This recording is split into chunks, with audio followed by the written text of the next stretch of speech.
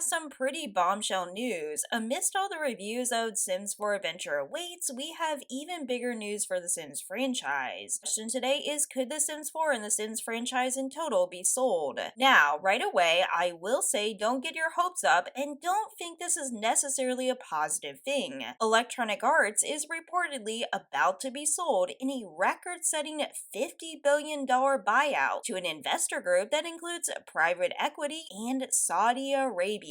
As reported by the Wall Street Journal, gaming giant EA is set to go private, no longer traded on the stock market, in that $50 billion reported deal. And though the final price has not yet been agreed upon, EA has an estimated market value of about $43 billion. The group of investors includes private equity firm Silver Lake and the government of Saudi Arabia's Public Investment Fund. Now, in case you didn't know, Saudi Arabia's Public Investment Fund is actually already listed as one of their investors, so that is just important to keep in mind. I actually reported on this quite some time ago. Now, this deal could be announced as early as next week, and it would of course be the largest buyout ever recorded. Importantly, a leveraged buyout is when a private equity firm uses amount of borrowed money to seal the deal, with the assets set to be acquired and used as collateral in the debt. Should this deal actually go through, here are some major studios and games that could be impacted. To no surprise, there are entities like Madden, NFL, and EA Sports, but of course also Maxis with Sims 4, Project Renee, and any other affiliated games. Saudi Arabian Public Investment Fund has been making inroads in games for several years, so we already know about this, and there has been some criticism. Critics of the Saudi Arabian government have called the practice sports watching, or using a growing influence in the entertainment industries to distract from human rights. In addition, it could also spell for layoffs and total disruption.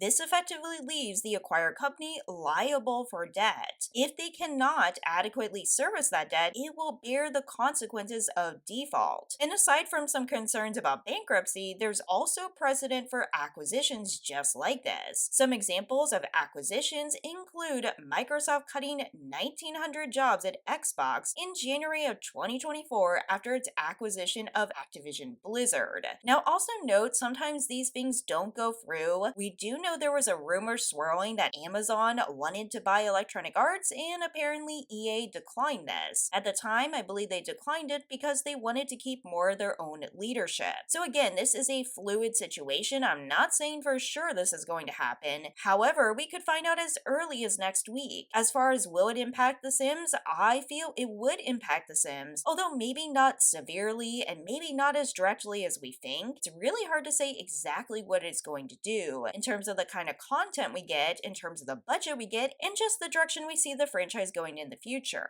And of course, just to add a little bit more context to this, because once a company goes private, the business is in the hands of a few select people. That in this case would be the private equity firm. This makes it easier to make decisions and act on them. There of course is also less volatility from being publicly traded. In such, this equates to several different things potentially happening. First of all, private companies aren't subject to the same reporting and oversight as public companies. They have more private decision making, and there are fewer regulatory requirements, including the need to file financial reports. Private companies can be subject to reporting, but they're typically less onerous. At the same time, Sims and all the EA affiliated games could be experiencing some differences in how they do things. In essence, there's supposedly less protection. There are workarounds, but business owners generally have less protection and greater responsibility, and this is really interesting, aggressive shareholders. If venture capitalists or private equity firms, like we're seeing here, have an ownership in business, they can be quite aggressive in voicing opinions. If the vision for the businesses are different, it can create leadership challenges